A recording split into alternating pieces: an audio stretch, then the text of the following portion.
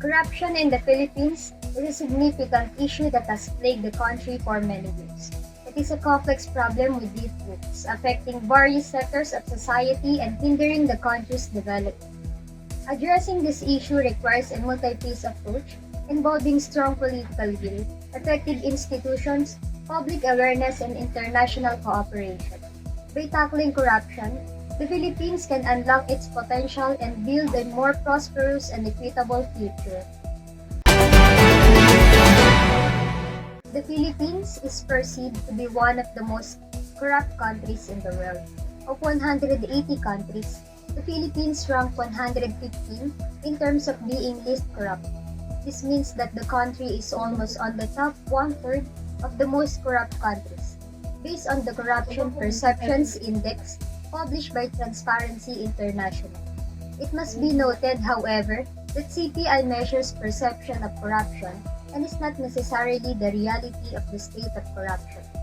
CPI reflects the views of experts or surveys of business people on a number of corrupt behavior in the public sector such as bribery, diversion of public funds, nepotism in the civil service, use of public office for private gain, etc. CPI also measures the available mechanisms to prevent corruption, such as enforcement mechanisms, effective prosecution of corrupt officials, red tape, laws on adequate financial disclosure, and legal protection for whistleblowers. 20% of the national budget of the Philippines goes to corruption. In 2017 to 2018, 1.4 trillion just disappeared. It is unknown where this money went. There are various impacts of corruption in the Philippines. First, it is called in economics the opportunity cost. The impact of corruption on our foreign direct investment is huge. For 30 years, we are the lowest in the entire ASEAN region in foreign direct investment, and this is not only because of our constitution, but also because of corruption. What the investor says is that they do not invest in the Philippines because of widespread corruption. Second impact is called less investment in Filipino or human capital. Instead of spending the money to healthcare, training, or education, the money just goes to each individual's pocket, so this is the reason why corruption becomes a cycle. There are common forms of corruption in the Philippines. Graft and corruption. This is a broad term that encompasses various illegal activities committed by public officials for personal gain.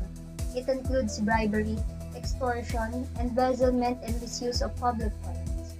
Bribery involves offering, giving, receiving, or soliciting something of value to influence a public official's decision or action. Extortion involves demanding money or other benefits through threats or coercion. Embezzlement involves misappropriating funds or property entrusted to an individual. Nepotism and cronyism. This involves favoring family members of friends in government appointments or contracts. Vote buying. This involves offering money or other incentive to voters in exchange for their support. Pork barrel system refers to discretionary funds allocated to lawmakers which can be misused for personal gain or political patronage.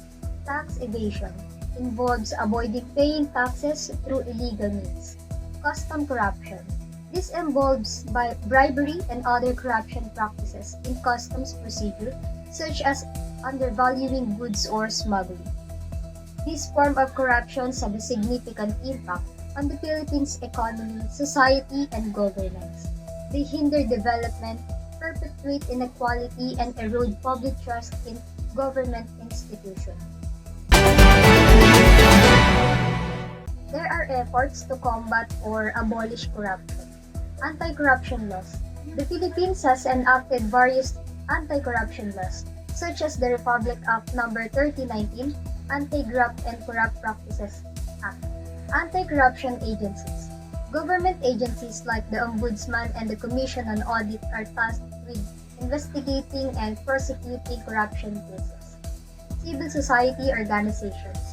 NGOs and watchdog groups play a vital role in exposing corruption and advocating for reforms.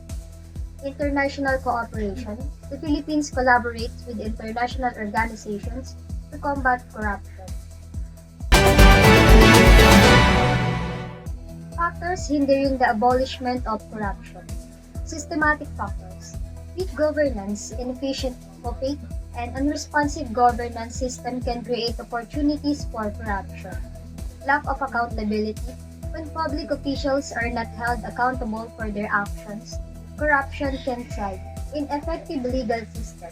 Weak legal frameworks, slow judicial processes, and lenient punishments for corruption can undermine anti-corruption efforts.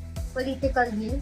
A lack of political will to address corruption can hinder progress, especially when powerful individuals or groups are involved. Cultural factors. Tolerance of corruption. A culture that tolerates or even normalizes corruption can make it difficult to change societal norms. Patronage and clientelism. A system where favors and benefits are exchanged for loyalty can perpetuate corruption. Lack of ethical standards. A weak ethical framework can lead to a decline in moral values and integrity. Economic factors. Poverty and inequality. Economic disparities can create conditions where people resort to corruption to survive. Low public sector wages. Low salaries can tempt public officials to seek additional income through corrupt practices. Complex bureaucracy. A complex and inefficient bureaucracy can create opportunities for corruption. Other factors. International corruption. Cross-border corruption, such as bribery and money laundering, can hinder domestic anti-corruption efforts. Organized crime. Criminal organizations can exploit corruption to further their illicit activities. To effectively combat corruption, a comprehensive approach is needed that addresses these factors. This may involve strengthening institutions, promoting transparency and accountability, improving public education, and international cooperation. I am Kyla Marie Paulete, reporting.